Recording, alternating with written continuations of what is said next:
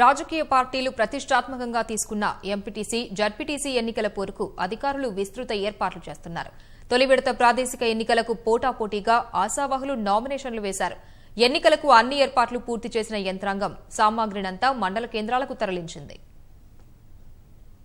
ఇప్పటికే assembly, parliament, panchayat ఎన్నికల్లో ఉత్సాహంగా పాల్గొన్న పల్లె ఓటరు మరో ఎన్నికలకు ఓటు వేనున్నారు. ఉమ్మడి ఖమ్మం జిల్లాలో స్థానిక పోరుకు యంత్రాంగం సిద్ధమైంది. ఖమ్మం, భద్రాద్రి జిల్లాల పరిధిలోని మొత్తం 41 మండలాలకు గాను 40 మండలాల్లో పరిషత్ పోరు సాగనుంది.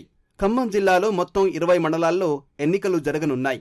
20 జడ్పీటీసీ స్థానాలు, 289 ఎంపీటీసీ స్థానాలు ఉన్నాయి. భద్రాద్రి కొత్తగూడెం జిల్లాలో మొత్తం 21 మండలాలు ఉండగా వాటిలో 20 మండలాల్లోనే 209 ఎంపీటీసీ, 20 జడ్పీటీసీ స్థానాలకు మాత్రమే ఎన్నికలు జరగనున్నాయి. రాష్ట్ర పునర్విభజన వల్ల భద్రాచలం, బుర్గంపాటు మండలాల్లో జడ్పీటీసీ సభ్యుల ప్రమాణ స్వీకారం ఆలస్యం కావడం వల్ల ఎన్నికలు జరగడం లేదు. బుర్గంపాడులో కేవలం జడ్పీటీసీ ఎన్నిక మాత్రమే జరగనుంది.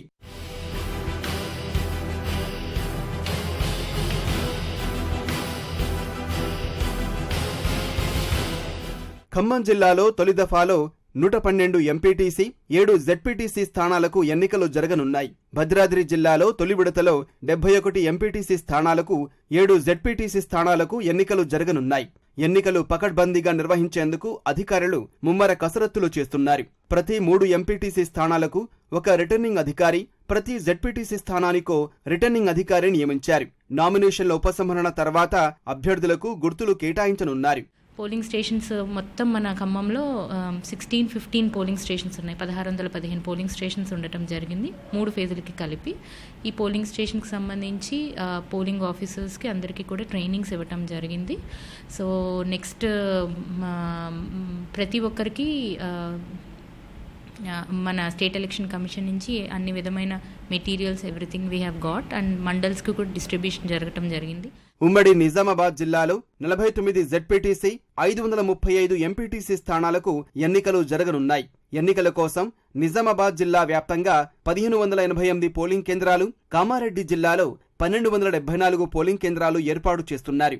గత 5 ఏళ్లలో ఇప్పటి వరకు పనిచేసిన ఎంపీటీసీ, జడ్పీటీసీలకు నిధుల కేటాయింపు లేకపోవడంతో నామమాత్రంగా మిగిలిపోయారు. ఈ నేపథ్యంలో ఇప్పుడైనా తగిన ప్రాధాన్యత కల్పిస్తే బాగుంటుందని ఆశావాహులు ఆశిస్తున్నారు.